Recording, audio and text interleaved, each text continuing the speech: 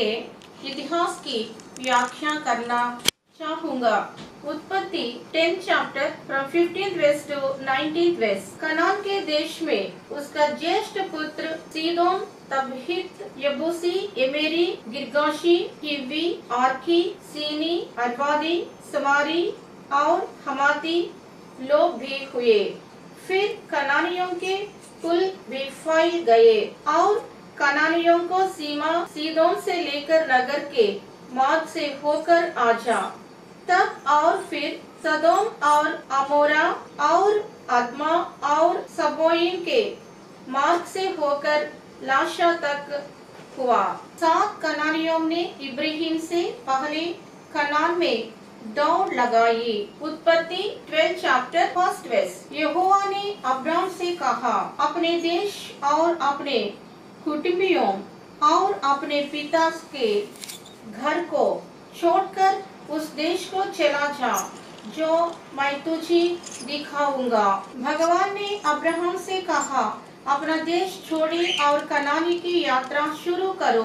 उत्पत्ति 15 chapter from 16th verse to 21st verse। वे चौथी पीढ़ी में यहाँ फिर आएंगे, क्योंकि अब तक एमोरियों का अधर्म पूरा नहीं हुआ है। और ऐसा हुआ कि जब सूर्य अस्त हो गया और घोर अंधकार छा गया, तब एक अंगीठी जिसमें से धुआं उठा था और एक जलती हुई मशाल दिखाई दी, जो उन टुकड़ों के बीच में से होकर निकल गई। इसी दिन यहोवा ने अमराम के साथ यह वाचा बांधी, मिस्र के महानद से लेकर पारान नामक बड़े नद तक जितना देश है, आर्यक, केनियों, कनिजियों, कदमानियों, हित्तियों, पेरिजियों, रफाइयों, एमोरियों, कनानियों, गिर्गाशियों और यबूसियों का देश में तेरे वंश का किया है। भगवान ने इब्राहिम के बच्चों को कानान देने का वादा किया। Genesis 35th chapter 11th verse to 13th verse। फिर परमेश्वर ने उससे कहा, मैं सर्वशक्तिमान ईश्वर हूँ। तू फूले फले और बड़े, और तुझसे एक जाति वरन जातियों की एक मंडली भी उत्पन्न होगी और तेरे वंश में राजा उत्पन्न होंगे। और जो देश मैंने अब्राहम और इसहाक को दिया है, वही देश तुझे देता हूँ और तेरे पीछे तेरे वंश को भी दूंगा। तब परमेश्वर उस स्थान में जहाँ उसने याकूब से बातें की, उसके पास से ऊपर चढ़ गया।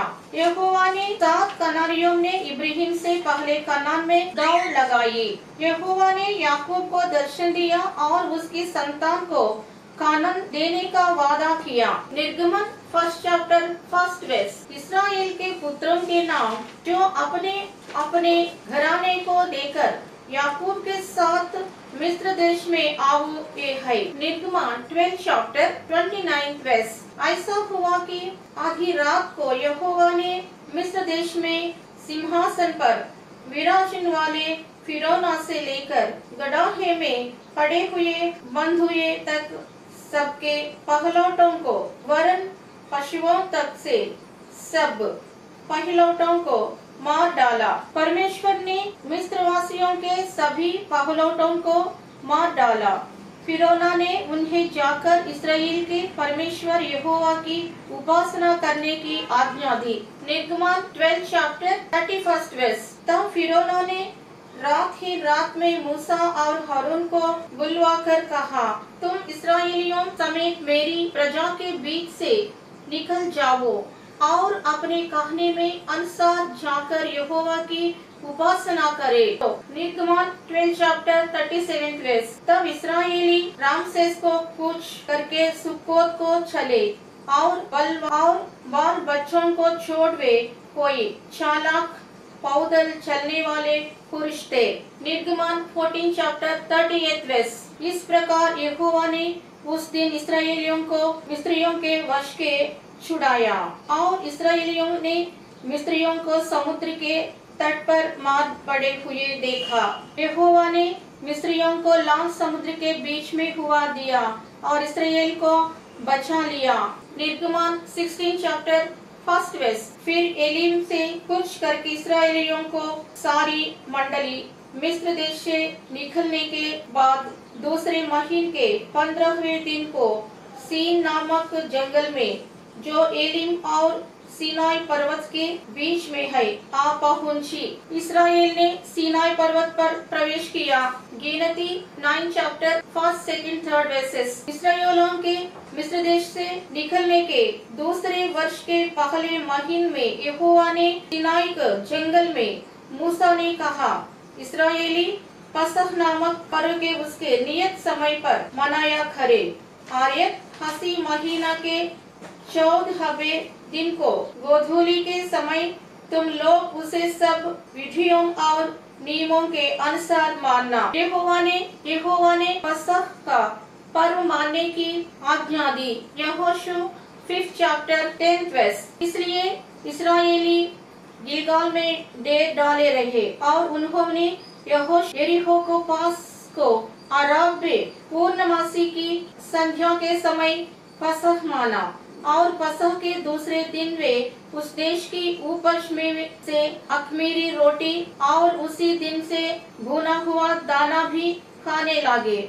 और जिस दिन वे उस देश की उपज में से खाने लगे उसी दिन सवेरे की मन्ना बंद हो गया और इसराइलियों को आगे फिर कभी मन्ना न मिला, परंतु उस वर्ष उन्होंने कानान देश की उपज में से खाया। जब इसराइल ने यरीहो में प्रवेश किया तो मन्ना रुक गया।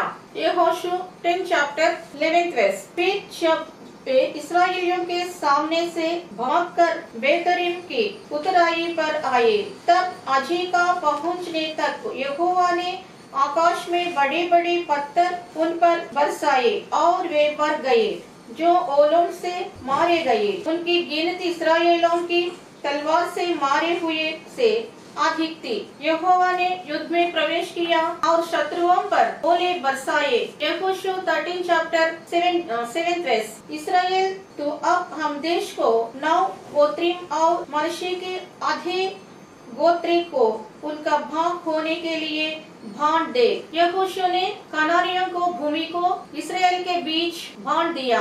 1 शमूएल 5 चैप्टर 3 वर्स। अतः सब इसराइली पुरानियों हेब्रोन में राजा के पास आए और दाऊद राजा ने उनके साथ हेब्रोन में यहोवा के सामने वाचा बांधी और उन्होंने इसराइल का राजा होने के लिए दाऊद का अभिषेक किया। यरूशलेम और इस्राएल देश पर शासन करने के लिए भगवान ने डेविड का अभिषेक किया। 2 राजावम 25 चैप्टर 1, 2, 3 वर्सेस। सिदकिय्याह ने बेबीलोन के राजा से बलवा किया। उसके राज्य के 9वें वर्ष के 10वें महीने के 10वें दिन को बेबीलोन के राजा नेबूकदनेस्सर ने अपनी पूरी सेना लेकर यरूशलेम पर चढ़ाई को और उसको घेर लिया और उसके बारों और फटकोया बनाए।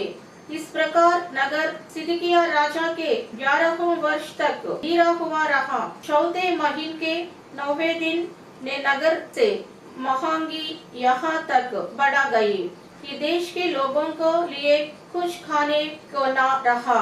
बेबीलोन के राजा ने यरूशलेम को नष्ट कर दिया और यहूदियों को कर लिया। 2 इतिहास 36 चैप्टर 21 वर्स। यह सब इसलिए हुआ कि यहोवा का जो वचन यिर्मयाह के मुख से निकला था वह पूरा हो कि देश अपने विश्राम कालों में सुख योगता रहे। इसराइलिये जब तक वह सुना पड़ा रहा तब तक आयत 70 वर्ष के पूरे होने तक उसकी विश्राम मिला। Ezra 1 chapter 1, 2 versus. फारस के राजा कुरस के पहले वर्ष में यहोवा ने फारस के राजा कुरसु का मन उभारा कि यहोवा का जो वचन यिर्मयाह के मुंह से निकला था वह पूरा हो आई। इसलिए उसने अपने समस्त राज्यों में यह प्रचार करवाया और लिखवा भी दिया। यहोवा ने साइरस के मन को यरूशलेम मंदिर के पुनर्निर्माण के लिए प्रेरित किया। Ezra 6 chapter 14-15 versus. तब यहूदी पुरानिये अगबोम नबी और इद्दो को पोते जकरिया के नबूवत करने में मंदिर को बनाते रहे और सफल भी हुए। उन्होंने इस्राएल के परमेश्वर की आज्ञा के अनुसार और फारस के राजा पुरुष दारा और अतक्षत्रा को आज्ञाओं के अनुसार बनाते बनाते उसे पूरा कर दिया। 3 फारसी राजाओं ने यरूशलेम मंदिर का पुनर्निर्माण कराया। फारस से 70 वर्ष बाद इस्राएलियों ने यरूशलेम में प्रवेश किया। यहोवा ने इस्राएल को यरूशलेम में फिर से स्थापित किया। इस भूमि पर राजा सुलेमान का शासन था। उन्होंने स्वर्ण मंदिर बनवाया। कानानी देश में 4000 वर्ष की इतिहास यहूदियों का है। मैं इस्राएल के इतिहास की व्याख्या करना चाहूँगा। 7 कनानियों ने इब्राहिम से पहले कनान में दौड़ लगाई। भगवान ने अब्राहम से कहा, अपना देश छोड़ो और कानान की यात्रा शुरू करो। भगवान इब्राहिम के बच्चों को कानान देने का वादा किया। यहोवा ने याकूब को दर्शन दिया और उसकी संतान को कानान देने का वादा किया। परमेश्वर ने मिस्रवासियों को सभी पहलौठों को मार डाला। फिरौन ने उन्हें जाकर इस्राएल के परमेश्वर यहोवा की उपासना करने की आज्ञा दी। यहोवा ने मिस्रियों को लाल समुद्र से बीच में डुबा दिया और इस्राएल को बचा लिया। इस्राएल ने सीनाई पर्वत पर प्रवेश किया। यहोवा ने फसह का पर्व मानने की आज्ञा दी। जब इस्राएल ने यहोवा में प्रवेश किया, जब इस्राएल ने यरीहो ने प्रवेश किया तो मन्ना रुक गया। यहोवा ने युद्ध में प्रवेश किया और शत्रुओं पर ओले बरसाए। यहोशा ने कनानियों की भूमि को इस्राएल के बीच बांट दिया। यरूशलेम और इस्राएल देश पर शासन करके लिए भगवान ने डेविड का अभिषेक किया। बेबीलोन के राजा ने यरूशलेम को नष्ट कर दिया और यहूदियों को पकड़ दिया।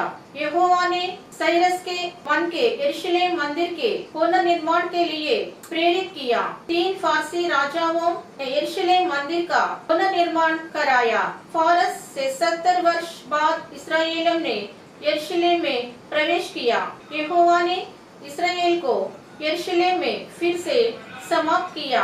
इस भूमि पर राजा सुलेमान का शासन था। उन्होंने स्वर्ण मंदिर बनवाया। कानानी देश में 4000 वर्ष का इतिहास यहूदियों का है। हालेलुया, धन्यवाद।